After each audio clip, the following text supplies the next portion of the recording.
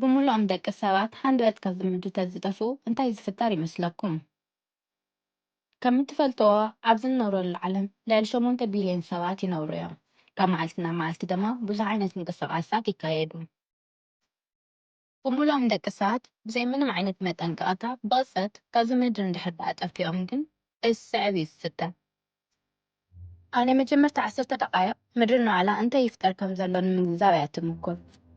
ማንም ሰብ ከም ዘየላ ክተስተውዕል ተላውን ሄሎ ኣለኹም ዶ? ኩሉ ሰብ ድዩ ዘየለ ናበይ ኸይዶም ብምባል ዘሎ ኩነታት ክትርዳእ ትምኩር እያ። ነገር ግን ንሕቶኣ ምንም ዓይነት መልሲ ኣይትረክብን። ኩሉ ነገር ደሞ ብፍጥነት እዩ ዝካየድ። መኻይን ከይተረኽባ ዝኾነ ዛዕግተን ሓይሊ ክሳብ ዝርከብ ወይ ደሞ ናብ ዝኾነ ነገር ክሳብ ዝጋጨዋ ስቕ ኢለን እየን ዝኸዳ ምኻደን ኣየቋርፀን። ስልክታትና እውን ፃውዒት ምፅዋዕ ኣየቋርፀን። ነገር ግን ማንም ዝምልስ ሰብ የለን። ምክንያቱ ደቂ ሰባት ካብ ገፅ ምድሪ ጠፊኦም እዮም ዘለዉ። ኩሉ ነገር እውን ንዕናኡ እዩ ዝጅምር። ኣውሮፕላናት ከይተረፈ ሕጂስ ደኺምና ዝብላ ይመስላ ንታሕቲ ምውዳቕ ይጅምራ። ቀፂሉ ድሕሪ ሓደ ሰዓት ዝፍጠር ነገር ድማ ምጥፋእ ናይ መብራህትን ፓወር ስቴሽናትን እዩ። ምክንያቱ መብራህትን ፓወር ስቴሽናትን ንክሰርሑ ናይ ደቂ ሰባት ቁፅፅር የድልዮም ባዕሎም ክሰርሑ ኣይኽእሉን። መብራህትን ፓወር ስቴሽናትን ጠፊኦም ማለት ደግሞ ኔትወርክ፣ ዋይፋይ፣ ኮኔክሽን ኩሉ የለን ማለት እዩ። ብሓፂሩ ሶሻል ሚድያ ኩሉ የለን። ምናልባት እውን ትፀሓፍዎ ዝነበርኩም መልእኽቲ ከይወዳእኹም ተቋሪፁ ክኾን ይኽእል እዩ። ንመወዳእታ ተለኣኽኩሞ መልእኽቲ እውን ሲን ኮይኑ እዩ ዝተርፍ። ድሕሪ ሓደ መዓልቲ እንስሳታት ዘይምህላው ናይ ደቂ ሰባት ብምስትውዓል ናብ ከተማታት ክኣትዉ ይጅምሩ። በቃ ደቂ ሰባት ድሕሪ ሕጂ ኣይመፁን ማለት እዩ ዳበሉ ነንባዕሎም ክዋግዑ ይጅምሩ። ኣኻልብ ዋናታቶም ክደልዩ ይጅምሩ። ይቅርታ ናተይ ዋና ሪኢኹሞ ዶ ትኾኑ ዳበሉ ዋናታቶም ኣብ ምድላይ ይምፅመዱ። ደማሙ ብዙሕ ግደ ይህበንን ኣጣል ነፃነተን ረኺበን ናብ ዝረኸቦ ክናጠራ እዩ ዝበላ። ኣላሕም ደማ ዝግዛእ ቀኒሰን ዘለዎን ፍቕሪ ሞላት ኣቑሑ እንዳፈተሻ እንዳሰበራ እየን ዝበላ። ኣህባይ ንዘለዎም ዕድል ተጠቒሞም ከም ሰባት ናይ ከተማ ሴሌብሪቲ ክኾኑ እዮም ዝምኩሩ። ሕድሕድ ቦታታት ተኸዱ ይቆፃፀርዎ። ኣናብስ እውን ዝመቸዎም ኣፓርትመንታት እንዳመረፁ ክርእዩ ይጅምሩ። ደልዮም ፅቡቅ ኣፓርትመንት ምስ ረኸቡ ደሞ ፅቡቅ ገዛ ተረኺቡሎ ንዑ ንእቶ ዳበሉ ኣዕሩኻቶም ክፅውዑ ይጅምሩ። ድሕሪ ሓደ ሰሙን ተፈጥሮ ናብ ሞናሊዛነት እያ ክትቅየር ትጅምር። ሳዕርታት ይዓብዩ፣ ዕምበባታት ይደምቁ፣ ተኽልታት እውን ብጣዕሚ ይዓብዩን ሓምለዋይ ይኾኑን። ተፈጥሮ ኣዝዩ ደስ በሃሊ ኮይኑ ይጎልህ። ኩሉ ነገር ናብ ሓምለዋይን ሰማያውን ቦታ ይፅየር። ድሕሪ ሓደ ወርሒ ሰባት ካብ ገፅ ምድሪ ምጥፍኦም ዓለም ፀልማት እያ ትኸውን። ምክንያቱ መብራህትን ፓወር ስቴሽናትን ተቋሪፆም እዮም። ሕልፍ ኢሎም ሓደ ሶላር ፕላኔታት ጥራይ እዮም ዝረኣዩ። ንሳቶም ብቻ እዮም ዘንፀባርቁ። ብዝተረፈ ግን ኩሉ ነገር ናብ ፀልማት እዩ ዝቕየር። ተፈጥሮ ግን ፅባቐኣ ምውሳኹ ኣየቋርፅን። ሰማይ እውን ኣዝዩ ንፁር ሰማያዊ ሕብሪ ይሕዝ። ልክዕ ከምቲ ኣብ ካርቱን ፊልምታት እንሪኦ ደስ ዝብል ሰማያዊ ሕብሪ። ምናልባት ፀገም ናይ ሰማይ ዝምሕና ከይኮና ይተርፍን ኢና። ኣብዚ ኩሉ ማእኸል ናይ ስልክና ባትሪ፣ ናይ ላፕቶፕና ባትሪ፣ ፓወር ባንክ ይህሉ ይኸውን ዶ ኢልኩም ትሓትቱ ትኾኑ ኢኹም። መልሲ ደሞ ምንም ዓይነት ባትሪ ፓወር ኣይህሉን። ኤቭሪቲንግ ኦፍ እዩ ዝኸውን። ድሕሪ ሓደ ዓመት ምጥፋእ ደቂ ሰባት ካብ መሬት ዝመፅእ ምዕራፍ ዘመነ እንስሳት እዩ ዝኸውን። ልክዕ ከምቲ ኣብ ነብራ ንሰምዖ ነበርና ታሪክ ናይ ህበይ፣ ናይ ቡኻርያ፣ ናይ ኣንበሳን ካልኦት እንስሳታትን ዛንታ እዩ ዝድገም። ኣብ ማእኸል እዚ ህንፃታት ልክዕ ካብ ብስኩት ተሰርሑ ይመስሉ ብቕፅበት ዕንምንም ክብሉ እዮም ዝጅምሩ። መንገድታት፣ ኣስፋልታት፣ ድልድላትን ትምህርቲ ቤታትን ዋላ እቲ ብጣዕሚ ትፈትውዎ ስታድየም ኩሎም ሓደ ዓይነት ዕጫ እዩ ዝበፅሖም ምፍርራስ ይጅምሩ። ብሓፂሩ ምድሪ ዓሳብ ፋክተሪ ሪሰት ክትገብር እያ ትጅምር ይብለኩም።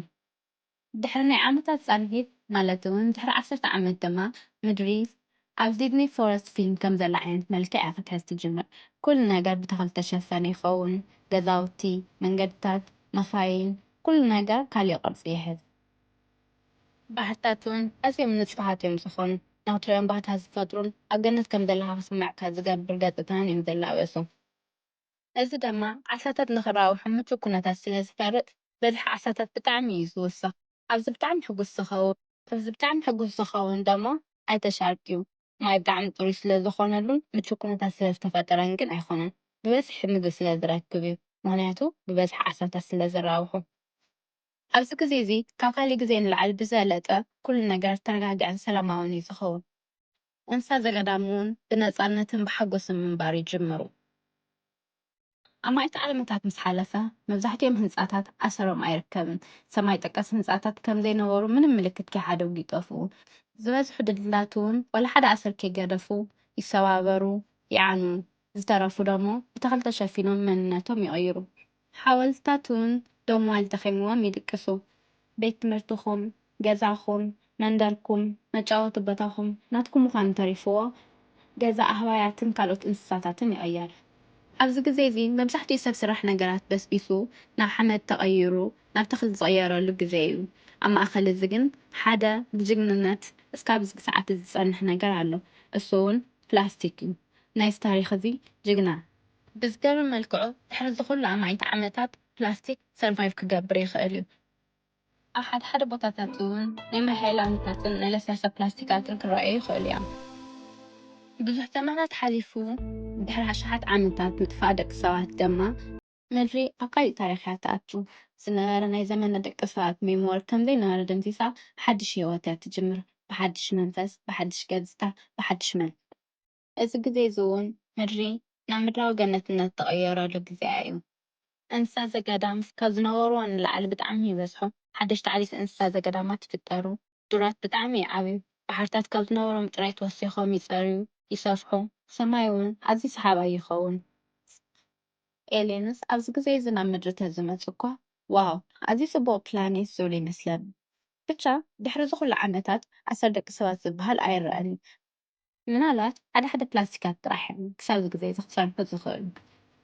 ስለዚ ደቂ ሰባት ተቐሊሎም 100 ካብ ምድሪ ተዝጠፍኡ ምድሪ ተበዚሑ ን3 ደቂቓ ጥራሕ እዩ ዘይምህላው ደቂ ሰባት ከተሓሳስባ ዝኽእል። እሱ እውን ዘይምህላዎም ክሳብ ተረጋግጽ። ብዝተረፈ ግን ካብዚ ኩሉ ፀገማት ደቂ ሰባት ብምግልጋላ ኡፍ ኣብ መወዳእታ ሰላም ይረኽብ እያ ትብል ነይራ።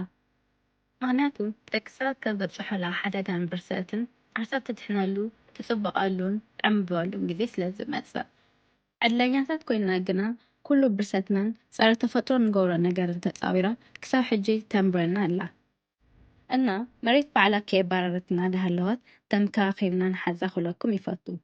ከምዚኦም ዓይነት ጽቡቓት ቪድዮታት ንኽበጽሕኩም ሰብስክራይብ ብምግባር ቤተሰብ ናይዚ ቻናል ይኹኑ። ከምኡውን ከምዚኦም ዓይነት ዛንታታት ምስማዕ ንዝፈቱ መሓዛኹም ሼር ምግባር ኣይትረስዑ። ብዝቐፅል ቪድዮ ክሳብ ንራኸብ ተሓንቀኒ እዩ።